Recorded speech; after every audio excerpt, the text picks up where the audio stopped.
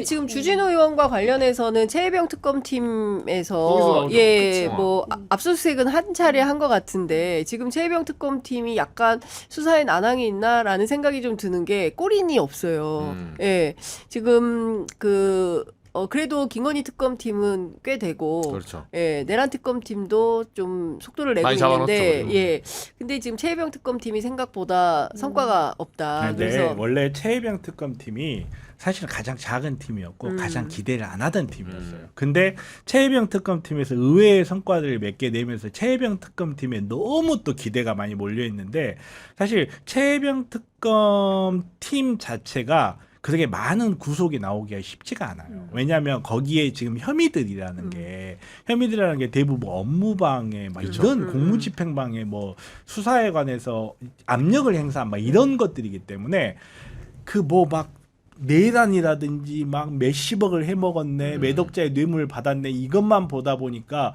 비슷한 사건들인가 생각할 수 있는데 사실 최혜병 특검팀은 안에 이제 거론되고 있는 혐의 자체들이 법정형이 아주 무거운 그런 범죄들이 아니기 때문에 많은 그 쉽게 말해서 입고가 있다는 건 굉장히 이상한 거예요, 사실은.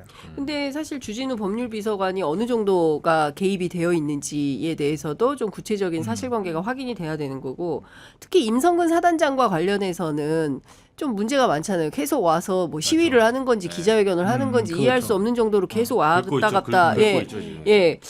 그리고 도대체 누가 왜 임성근의 뒷배가 되어서 임성근을 빼라고 한 건지 그 지시의 주체가 누군지 이종호는 왜 임성근 정도는 자기가 사표 내지 말라고 그랬어 내가 이렇게까지 얘기할 수 있었던 그 자신감의 근거는 뭔지 이 부분에 대해서 수사가 필요한 거죠. 그리고 지금 특히 이제 박정훈 수사단장 같은 경우에 구속까지 시키려고 했었던 거잖아요. 작년 그렇죠.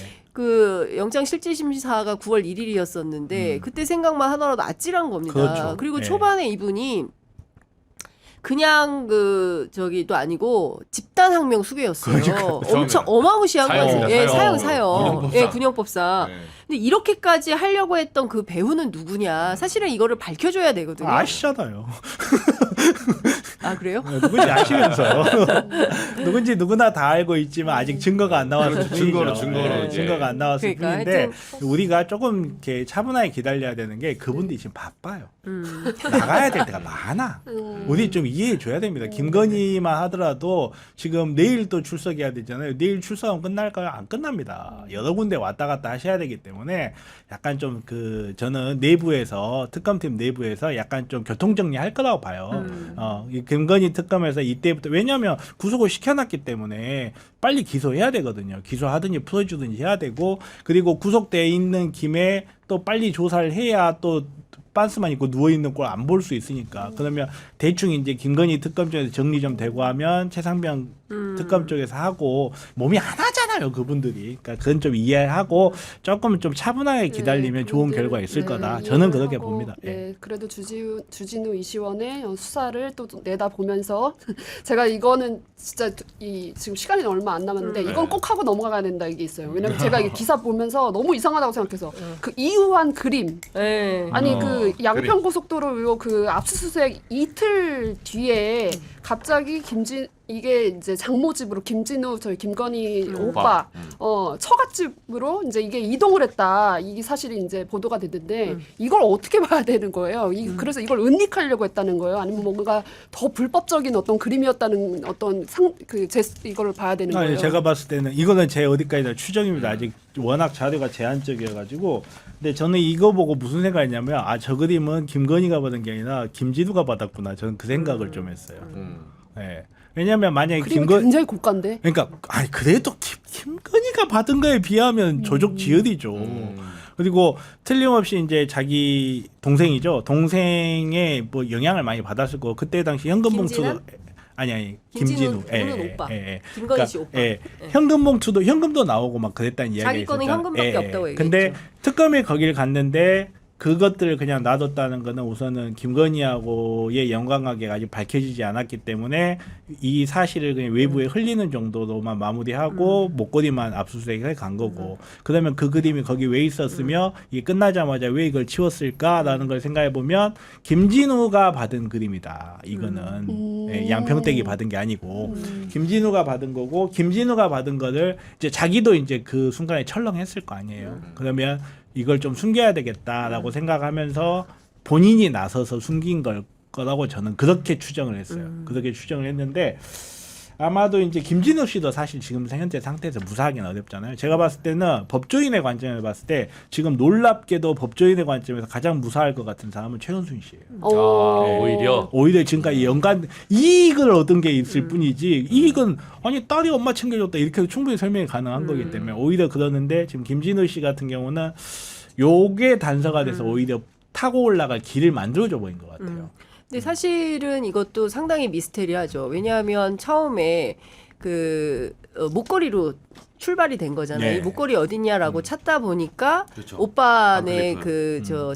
그 장모 그러니까 그 김건희 씨의 사돈댁에 가 있었던 거고 그 가방에 네임택이 있었는데 거기 김진우라고 써 있었던 거고 초반에 김건희 씨 측에서는 그 이우한 화백이 그림이 위작이다라고 주장을 했어요. 근데 네. 나중에 알고 보니까 대만에서 실제로 이모 씨가 사가지고 인사동 화랑으로 팔아서 이 인사동 화랑에서 있었던 작품이 김진우를 통해서 어떻게 여기까지 가게 된 거냐 이거에 대해서 퀘스천 마크다라고 했는데 실제로 특검이 압수수색하기 전전날에 김진우의 친척이 그 그림을 이동시키는 장면이 CCTV에 잡힌 거잖아요. 근데 이 자체가 어떤 트릭일 수 있다. 그러니까 모조품 목걸이를 사돈댁에 숨겨놓은 것처럼 이 그림 또한 트릭으로 심어놓은 거 아니냐라는 추론을 하는 분들도 계세요. 근데 사실은 모르겠어요. 김건희 씨가 머리를 엄청 써가지고 자기 딴에는 여러 가지로 장치를 마련해놨는데 결국에는 어떻게 됩니까? 에? 서희건설 한 방에 서희건설 자수 이봉관 한 방에. 회장이 자수 한 방 딱 나오면 땡인 거잖아요. 우승이죠. 그렇죠. 그런 그러니까. 것처럼 저는 이 김진우 씨와 관련해서도 지금은 이렇게 저렇게 여러 가지 장치들이 숨겨져 있는 것 같지만 결국에는 진실은 침몰하지 않기 때문에 거짓은 참을 이길 수 없습니다. 조만간 드러난다고 그러니까 봅니다. 이 양평댁이 되게 재밌는 게 뭐냐면 지금 언론에서는 진술거부권을 행사했다라고 계속 나와요. 그리고 진술거부권을 행사할 예정이지만 출석하겠다 뭐 이런 식으로 나온단 말이에요. 근데 언론에서 이게 일부러 구별을 안 하는 건지 구별을 못 하는 건지 모르겠는데 진술거부권을 행사하는 거하고 내가 사실관계를 부인한다 혹은 기억나지 않는다는 건 틀려요. 이건 엄격하게 그렇죠. 달라. 너무 완전히 다르죠. 다른 거예요. 네. 예. 근데 언론에서 나오는 내용을 보면 진술 거부한 게 아니라 부인한 거거든요. 부인한 거예요. 왜 제가 이 차이점을 굳이 구별을 하고자 하냐면 우리가 이제 그 디올백 사건 때 기억을 하다시피 디올백을 전달해주는 과정에서 그 줄 서 있는 쇼핑백 하나씩 들고 있는 줄 서 있는 사람들 봤었잖아요. 그리고 지금 우리가 알고 있는 이 양평댁의 범죄 행위는 정말 빙산의 스노우플레이크 하나일 거란 말이에요. 그 상황에서 수없이 많은 뇌물을 전달하는 사람들이 있을 거고 이 사람들 대부분 다 벌벌 떨고 있을 거예요. 벌벌 떨고 있는데 언론에 이미 나와버린 사람도 어떻게 할 수가 없어. 근데 지금 서희건설에서 이거 우리가 줬어야 하고 자기가 해야 될 자수를 먼저 해버리는 바람에 서희건설은 약간 바깥으로 밀려나면서 김건희가 이렇게 구속이 되는 결과가 나왔단 말이에요. 그러면 지금까지 김건희한테 뇌물을 줬거나 뭔가를 전달하려고 했던 사람들 지금 좀 벌벌 떨고 있을 거예요. 벌벌 떨고 있으면서 만약에 김건희가 먼저 자백하면 안 된다라고 해서 내가 먼저 자백을 할 타이밍을 보고 있는 사람들 분명히 있을 거거든요. 그 사람들에 대한 강력한 신호라고 봐요. 나 진술 거부할 거야. 너네들이 드러날 일은 없어. 그러니까 서희건설처럼 와서 자수하려고 하지 좀 마. 저는 제가 봤을 때 이 신호거든요. 계속 밖에다가 진술 거부한다 하면서 또 가가지고 부인을 한단 말이에요.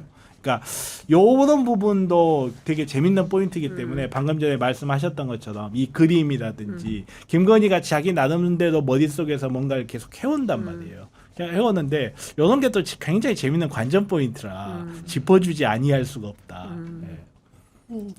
근데 그림을 김진우가 받았다고 생각하시는 이유는 어떻게 되시는 거예요? 그냥 뭐 복잡하지 않아요. 왜 특검에 가져가지 않았을까 해서 출발한 거예요. 네. 만약에 이게 김건희랑 관련이 있다고 생각했으면 특검이 가져갔을 거예요.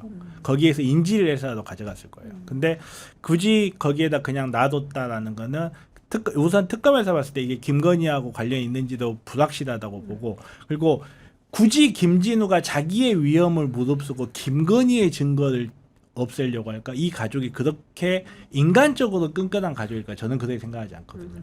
그리고 이해관계도 모여있는 가족이기 때문에 이해관계도 모여있는 사람들 예측이 쉬워요. 이해관계만 생각하면 돼요.